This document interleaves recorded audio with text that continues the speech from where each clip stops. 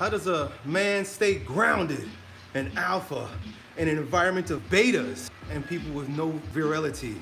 I work at Walmart and in college. I think just by virtue of you being there, you are the alpha, right? Just by thinking this way, you are the alpha. But look, in many instances, the alpha is recognized by his silence amongst the noise of mediocrity.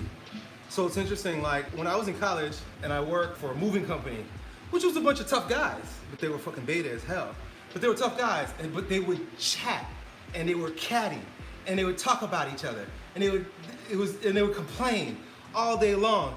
Me, they thought there was something wrong with me. They was like, why don't you ever talk? I would just sit there.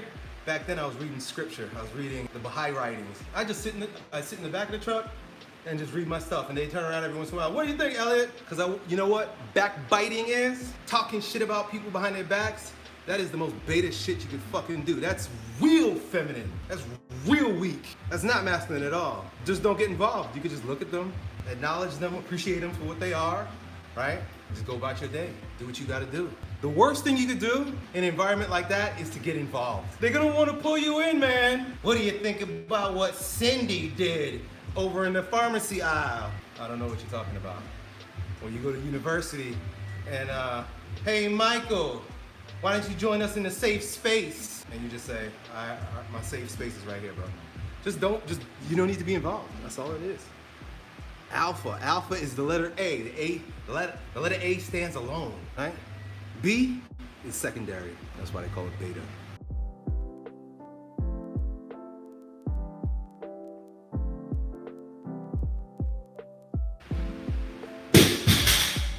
Kyle Ranker wants to know, he said, recently I hurt my right bicep long head. Do you have any suggestions for keeping me going and not letting the negativity get to me?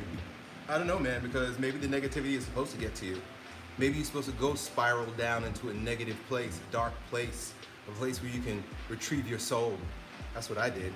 I tore both biceps, Achilles tendon, my hernia, and that's why. You see that over there? That regressive Elliott? That was a big part of the reason why I regressed. And I know my soul wanted that. I wanted to go into that dark place.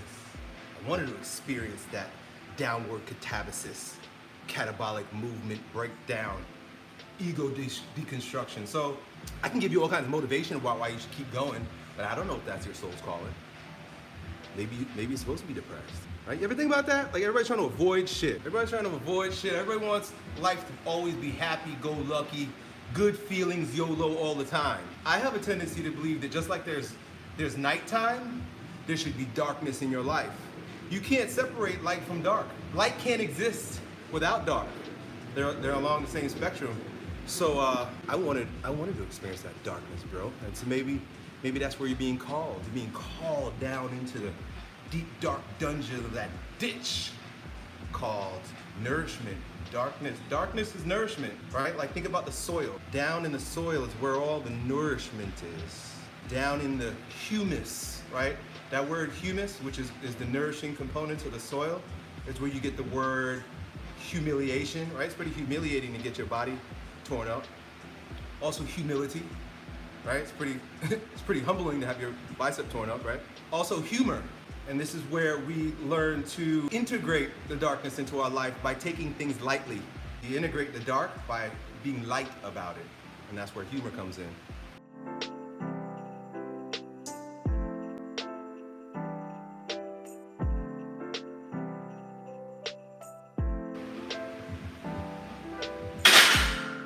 Ethan had to get his leg amputated 3 weeks ago. Hey, congratulations, Ethan. Breakdown means build up. Breakdown means breakthrough. Challenge means growth. Take both your legs, take both my arms.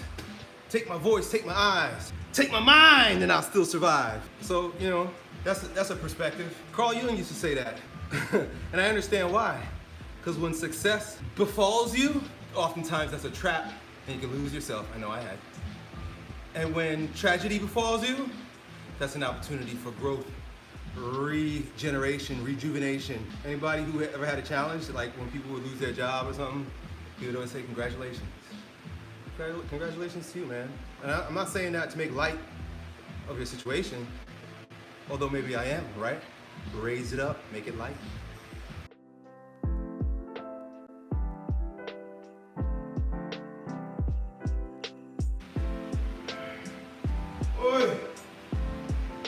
Alicia Yu wants to know, how do you continue when you're afraid nobody has your back? Bro, see, this is where religion is so important and why religion was created by men, taught to men, for men, because men need to know that the Father always has your back. The eternal Father, the God above, however you want to describe him, always has your back. That's what it means to be still and to know, and to let the eternal pattern, paternity, Father, be your guide, be your refuge, be the one that has your back at all times. And because it's not material, matter, mother, mommy, matrix, we are tricked into no longer believing in and trusting the Father. But the Father always has your back. But remember, Father is spirit, pattern, just like a blueprint. It's not the actual thing, it's the essence of the thing.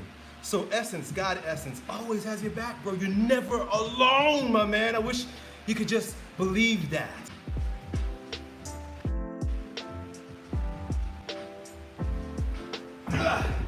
Should I date in the modern world? I want kids, but I don't trust 99% of women. I also think MGTOW is too extreme. For you, man, it's about vetting. I've heard women in Eastern Europe are very different. I know a lot of guys who are going to Poland and Ukraine, depending on how far you want to go.